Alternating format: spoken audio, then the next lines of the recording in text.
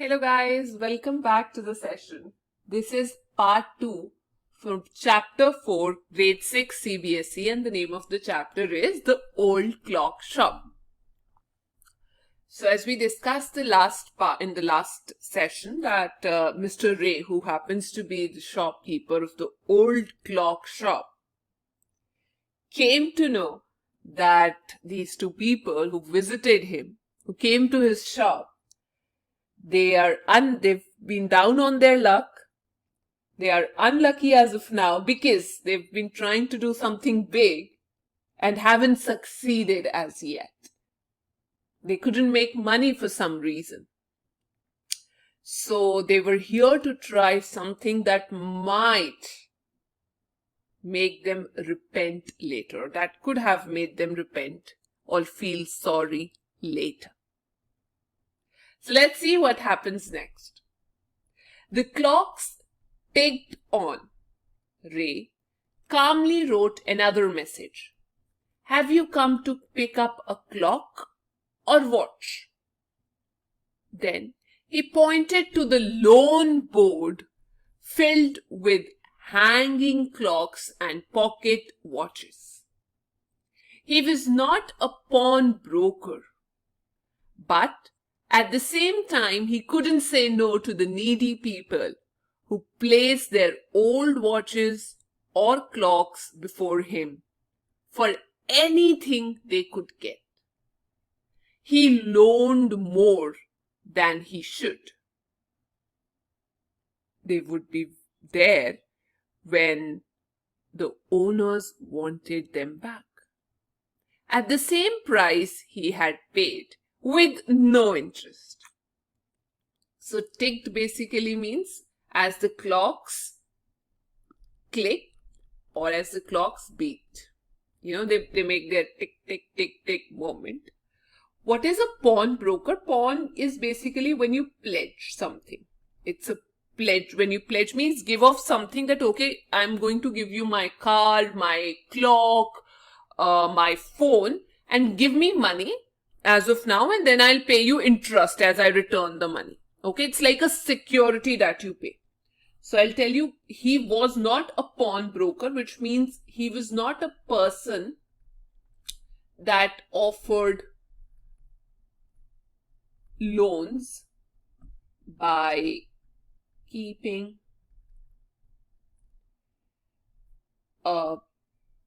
items as security. He wasn't doing that because he wanted to earn interest. Rather, he was just trying to help people. He didn't even charge interest from them. He would just take their clock or watch and say, okay, you are in need of money, take money, come back, pay the money, and take your clock or watch back with you. So now I'm going to explain it again what happened. Ray knew at heart that these visitors here, they were in need of money. So the clocks were ticking, they were making sounds because this was a clock shop, right? And there were so many clocks out there, they were making sounds and noises. So Ray just wrote a message on the notepad. Have you come to pick up a clock or a watch that you might have given me and taken money from me? And then he pointed his finger towards that lone board. There was a board like this where he had put all the clocks and watches. They were hanging there. And Ray pointed to the lone board filled with those hanging clocks and pocket watches to tell them that he gave money as loan in exchange for the old watches and the clock that people had. So he was not a man who would give money just to make sure that I'm being paid my security. I have your security, but rather he wouldn't even earn enough. Ray did this to help the needy people because he was quite helping, he was quite helpful and having a kind nature. So just an extension of his kind nature, he asked those people that, okay, if you want to pledge something, if you want to give off your watch or clock, do that, I'll give you money. So let's see what happens. The older man seemed to feel a little easier, took out his hand from his pocket, and quickly looked at the watch on his wrist. What is wrist? Can you see this person wearing the watch, which means the upper arm? How much will you give me for this? The man wrote. So now what happens? Whatever Ray said, whatever Ray wrote, whatever Ray enacted, that made that older man feel easy, relaxed. So though he had no intention to do that, no plans to do that, but now he pulled out his hand where he was wearing his wristwatch, and he asked Ray what price he could offer him for that watch. Let's see what's next. Ray noticed a little shame in the grey eyes looking at him. The watch was nothing special, and yet had great powers. It was something to exchange, a way out of a bad situation.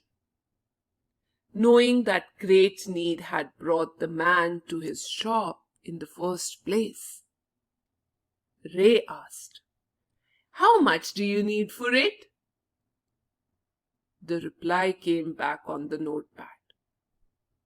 "Whatever it's worth." Now, Ray realized that this man who's there to rob him, who had some other plans, he felt a little ashamed. So the watch that he was trying to pledge was not of great worth. It was not very pricey. It was not very expensive. But it was special because with this they could turn around this bad situation and come out of this. And of course, he'll manage to save his life. So now he also had at the back of his mind this idea that these people here, they are helpless, they are in need of help.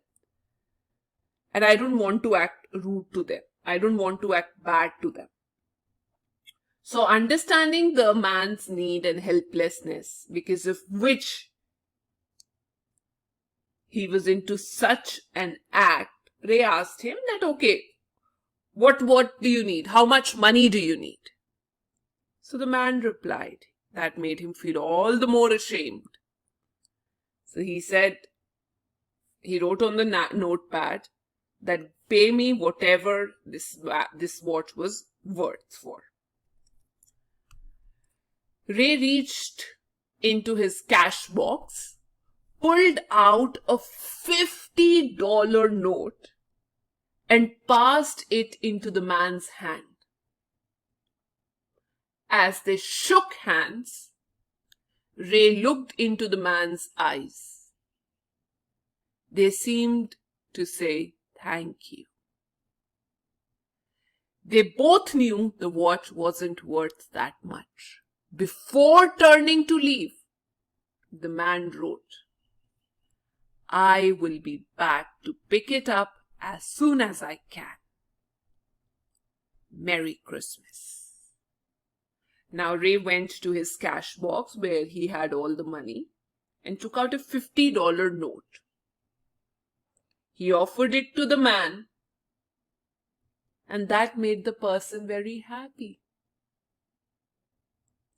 So the man, he didn't speak anything, he didn't say anything, but his eyes were telling and speaking on his behalf. The eyes seemed to thank the shop owner, Mr. Ray. Because now both of them knew that the watch was not of that price. It wasn't worth $50. So before this man left, before leaving, the man said that he could come back. He would come back rather. He'll come back, and it's a word that came, like a promise, that he would come back to take his watch as soon as possible. And he left as he wished Merry Christmas to Mr. Ray.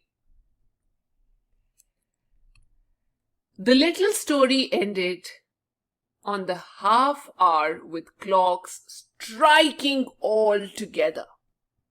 The timepieces, which means the watch, the clock, which had been looking on silently all the while, rang out the time with such feeling that even Ray thought he could hear them.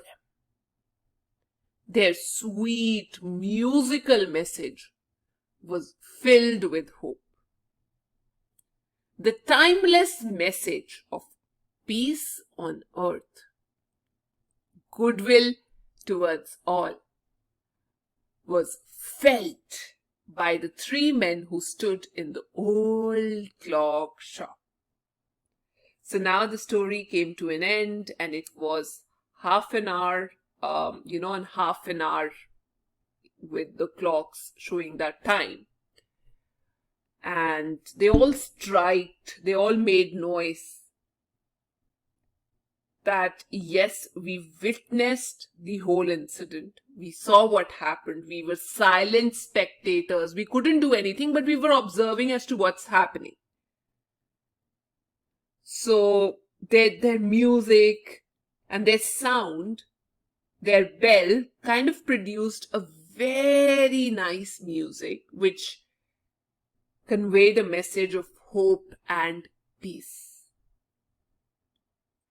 The music was so sweet, it was so melodious, it was so impactful that even Mr. Ray, who was deaf, was able to feel it. So this message, this sweet sound, it conveyed the idea of goodwill towards others. That peace must prevail on earth, and it must be felt and offered to everyone. The message of peace and goodwill is something we learn from this chapter, and it spreads everywhere on this very day of Christmas as the old clocks tick. So I think, guys, we've learned a very important message. How a friendly and a polite and an honest man managed to change the heart of those robbers and managed to save his life. Correct? So that's all from my end. I hope you enjoyed the session. If yes, please do let me know. Thank you.